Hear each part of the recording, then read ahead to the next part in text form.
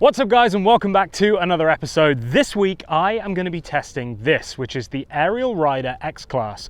It is a 52 volt 1000 watt hub motor electric bike, and it has been sent to me, disclaimer, by Ariel Rider to do a review. However, I am in no way obligated to tell you that it is any good. If this thing sucks, I will tell you, and if this thing is great, I will tell you. This is an absolutely and utterly genuine, honest review of this e-bike. So without further ado, let's get into it. So the first thing I want to do is kind of go over the whole bike and show you the components, show you what makes up the X-Class, and then we can go into more of the nitty-gritty as the day goes on. But as you can see, it is a good looking bike. It comes in multiple colors. They sent me the blue one. It also comes in black, red, maybe white, I'm not sure. I do like the fact that this blue pops so much. Obviously my brand colors are black and neon yellow, and who knows, maybe in the future we might be doing a couple of mods to this to change it up and make it a little bit more in line with my colors. But for now, I think the blue is very striking. It really stands out nicely. The gold writing on the frame and the black rear swing arm is also a nice touch. So we got this kind of blue and black thing going on. The white wall tires are pretty nice too, and yeah, overall just a very good looking bike. So if we get into the details on this thing, first of all, we'll do the controls. So I'm pretty sure this is a very generic speed controller, and this is how you access all of the settings on the bike. So we turn it on here. I hope you can see this. Turn it on, and then we have 5 different settings for the pedal assist, which we'll get into a little bit later.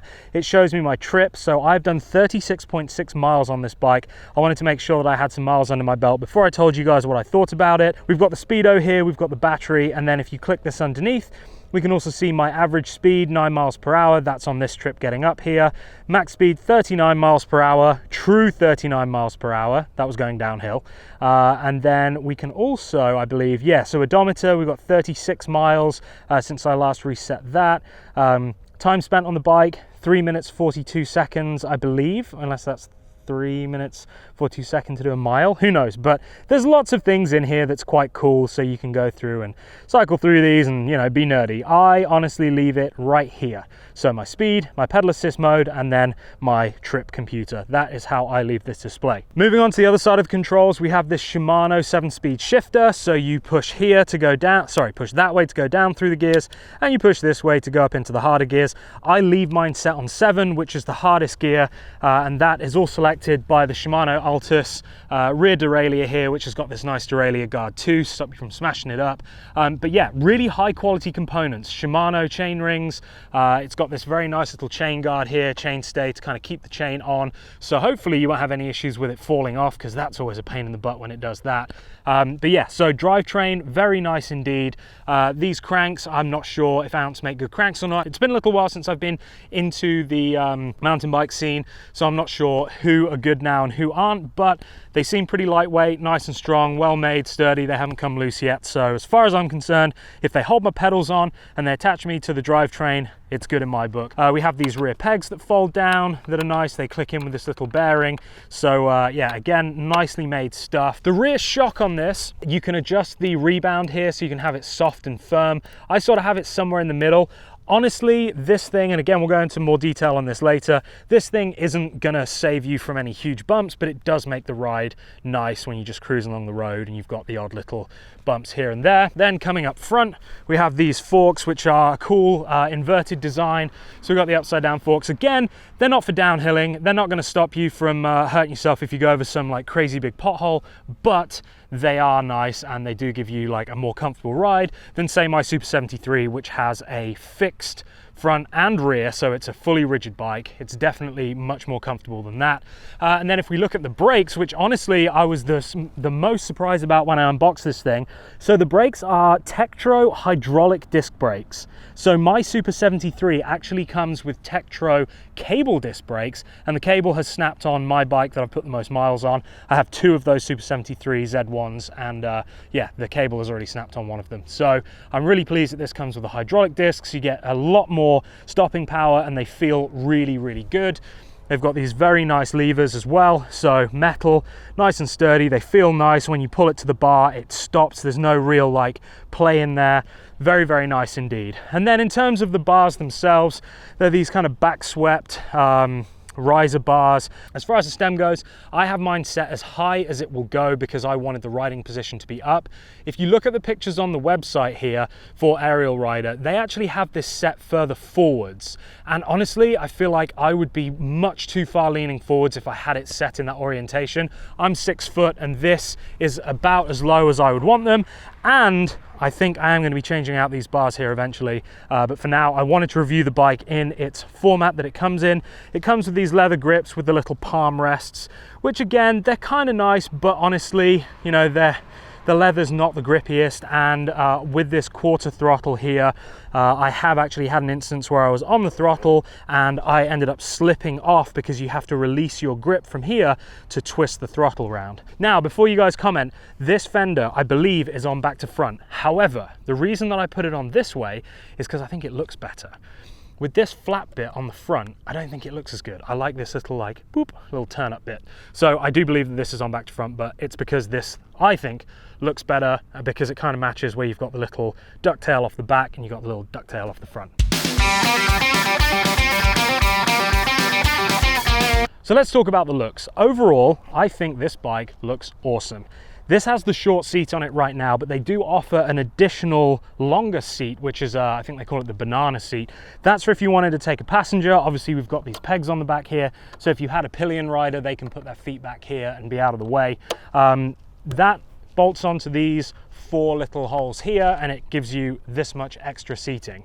Now, I've done 36 miles on this bike, and honestly, this seat is not the most comfortable. It does start to get a little bit painful after a while, and so I would like to hope that that banana seat being slightly further back as well will just give me a slightly better riding position, but not bad, definitely not bad, but you're not going to want to do 30 miles on this thing sitting down the whole way, because by the time you get to the end of it, your bum will be very sore. But minor complaint, this with the banana saddle on it, I think will actually be really cool. I'm very much looking forward to getting hold of that. The reason that they do this is because you can also put a luggage rack back here as well. So if you wanted to carry some stuff, you could put your luggage, you could put a bag, you could bungee cord stuff in, and that's pretty cool. Now, I have ordered a tank bag because I've been on YouTube, I've been looking at other people's reviews, getting the kind of lay of the land, seeing what other people think. One of the guys had a tank bag on here and it looked really good, and obviously gives you a bit more storage space. So I have ordered one of those, and I think I will be putting that on in the very near future here. And that again just kind of like changes the look a little bit, gives you that motorcycle tank kind of cafe racer style, matches this headlight that we've got, which is definitely a very cafe racer style headlight. But overall, I do think it is a great looking bike. The color's awesome, it pops really nicely, and I do like the Ariel Rider logos as well. They haven't gone over the top with all the branding, which is nice because I feel like some brands, they can get a little bit silly and start putting stuff everywhere. Ariel Rider have kept this pretty basic, pretty plain, and yeah, I thank them for that because I think overall they've made a really good looking bike. All right, so now let's talk about the ergonomics of this thing. And this is honestly where I feel like this bike could do with the most help. Because for me, I'm 6 foot, and riding this bike with the handlebars the way that they are, which like I said is, if I can get the kickstand up, is as high as possible. It puts me in a fairly comfortable riding position, but I do feel like I want my hands just to be a little bit higher and a little bit wider. Now, this obviously isn't like a little crotch rocket. You're not going to be sitting leaning over the front, and it's also not a Harley, so you don't want the handlebars to be up here. But I do feel like just a little bit of a wider grip and slightly higher up would be about perfect, because that way then I'm kind of sitting up, I'm comfortable, I'm not slouched forwards, I'm not pushed too far back, and especially with that banana seat, which is going to put me back probably here realistically in a most comfortable position. With the bars right there, money, it would be perfect. Like I said, it's definitely not uncomfortable. I feel in control, you know, I don't feel like I'm too cramped, but one of the things that I will be doing, and in fact I've already ordered them off of Amazon, is replacing the stem and the handlebars for actually it's off a pit bike, so a little like motocross setup. I also think it'll help with the looks because of all of the stuff on this bike that I don't like. I feel like the handlebars and the grips are what kind of make it, I don't know, look a little bit soft maybe. The rest of it's quite aggressive, and it's got these cool knobby tires and everything, and the upside down forks, and I really like it. The handlebars turn me off a little bit, so I'm replacing those. Super easy to replace, super cheap to replace, so it really isn't a big deal. But yeah, in terms of the ergonomics of it, it is a comfortable ride, and you might jump on it and go, Adam, what the hell are you talking about? I love this thing. But for me personally, higher, wider, that would be about right. Everything else is great. The pedal stroke's good, so when I'm at the bottom of my pedal stroke, obviously I'm not on a mountain bike or a road bike, so I'm not going to get that sort of almost full extension. You'd need the seat to be about another 3-4 inches higher, but it is comfortable. You can pedal, and with the pedal assist on here, it's not like you're really trying to put in those cranks anyway, so it's fine for just cruising around. Very comfortable. I don't get sore knees, and yeah, overall I would say ergonomics of this thing as it comes out of the box, 6.5 out of 10. With new wider handlebars, 9 out of 10. It will make all the difference, and I think also to the looks too.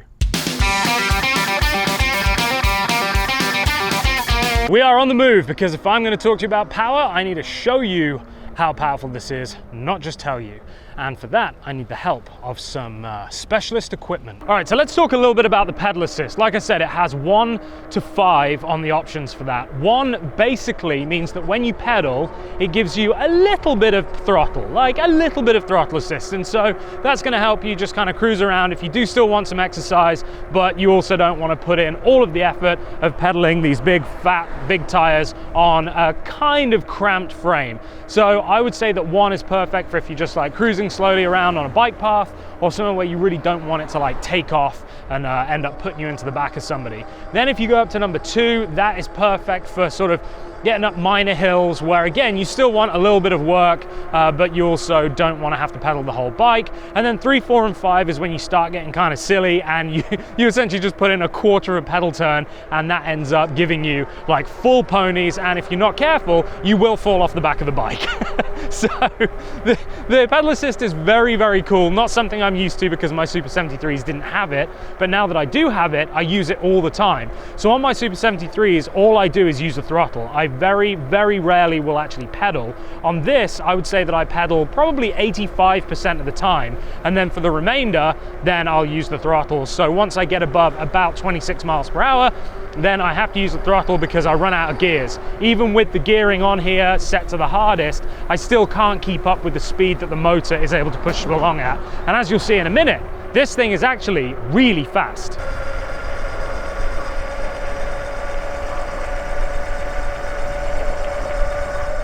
And this, ladies and gentlemen, is the piece of equipment that I need. So I'm gonna ride through this and see how fast it says I'm going. Okay, great news. Jordan, aka Jaded Jordan, is on his way out of the yacht club right now, where I'm sure he's having a very important business meeting or a couple of beers, and yeah, he is going to come and watch over the camera for me to make sure it doesn't get stolen, because I don't particularly want to leave it on a tripod sitting pointing at that screen thing while I ride off up the road and build up enough speed to come by. So Jordan to the rescue. He said he'll be out here in a minute. Look who it is. I text Jordan, I was like, hey, can you come down here and hold the camera while I ride through a speed trap? And he's like, is this a real request? Yep, this is my job, guys. 32 years old, this is my job. I told you it was a real request. I thought it was bullshit. I actually need you to yeah, point the camera at that sign for me while I try and go through as fast as I can.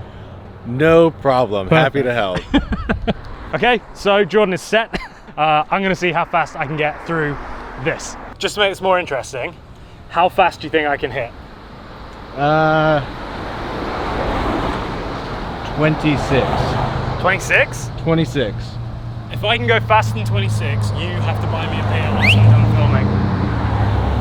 We just got catcalled. Was that your boyfriend? So 26, if I can go faster, you buy me a beer when I'm done filming. Sure. Yeah, perfect, all right. So, mode 5, throttle's working. Ready? Vaya con Dios. I know I have to do this. Okay, 26 miles per hour to beat. Can we do it? That's 31. Okay, slight disclaimer, we are gonna come downhill a little bit. However, what I'll do is I'll just use the throttle and you'll kind of hear when the motor runs out. So you'll know if it's the motor that's pushing me or if it's just the speed at which I'm traveling down the hill. I think I'm gonna go too fast on the motor for the hill to be of any consequence. So I'm still saying that even with this little downhill, this is gonna be a true representation of, oh, I can't stop one hand, of top speed. And if it isn't, then we'll do one on flat just to double prove it. All right, here we go. All right, 31. And now we start the downhill. 32, and we're on the downhill. Here we go. All right, I'm seeing 30. No, it's not reading. It doesn't read. I'm not big enough. Oh man, I need to be a bigger target. It wasn't reading. Shit, okay, let's try again. In my logic is he owes me a beer. You guys all heard it. There was a wager. It was accepted. This guy owes me a beer. End of story. You owe me a beer, my friend. I need to make myself bigger. You owe me a beer. Why? Because you didn't break 26. It didn't even read. Exactly, you're going that slow. I'm gonna try again and I'm gonna make myself bigger. You're going that slow. Okay, well on here it was saying 34, so. Well, that's optimistic. Okay, we'll see. I'll race this Harley. Whoa, shut wheeling? Hell yeah. Just a couple dudes on their hogs. Biker boys. Yeah, still keeping up. Still keeping up. All right, so we're on flat. So let me show you the acceleration on flat. 26, 27, 28, 29. Still on flat, look, flat. 31, 32, 32, 33. Now we're downhill. 33 downhill. Here we go. Make myself big. I'm making myself big. I'm making myself big. Why isn't it reading? What? Yes! Yes! Unbelievable. So, I will admit, I owe him a beer now. He hit 30, and that's just how that goes. You owe me a beer, you owe me a beer. So this bike will in fact do roughly 30 to 35 miles per hour through a speed trap. And it definitely feels quick. Stamp of approved. Hopefully like my green card soon. Approved. Okay, well now that we know that this thing will do 30 miles per hour or 35 miles per hour, depending on what you're using to measure your speed, we will now go and see how well it does going up hills, because again, with my Super 73, if it hits any type of incline, game over. I'm pedaling and I'm pedaling hard. The motor just isn't strong enough. This one has a 1,000-watt hub motor, 52 volts. It really does rip. So we're gonna go up a pretty steep hill and I'm gonna show you how much pedaling I have to do versus what speed I'm able to maintain. So I'll do my best to show you while holding one-handed, but yeah, it's just up here. Now what we're gonna do is I'm just gonna use my throttle and I'm gonna show you what speed we managed to get to. But you can see it's pretty steep. So we'll wait for these cars and then we'll go for it. From a standing start with just throttle. Ready? All right, here we go. 3 miles per hour standing start, just throttle, no pedals. I mean, this is steep, like steep. So I'm 215 pounds just using the throttle, 21 miles per hour. I'm not pedaling whatsoever. It's just cruising, no pedaling, all throttle. It's a beast. It is a beast. All right, coming back down the same hill just to give you an idea of how steep it is. 16, 17, 20, 24, 27. So yeah, that's how steep it is. I hit 27 miles per hour just by freewheeling down it. Let's talk about the range on this thing. We know that it has that beastie 1,000-watt hub motor. One of the best things about this bike, I think, is the fact that you can remove the battery from the frame to charge it.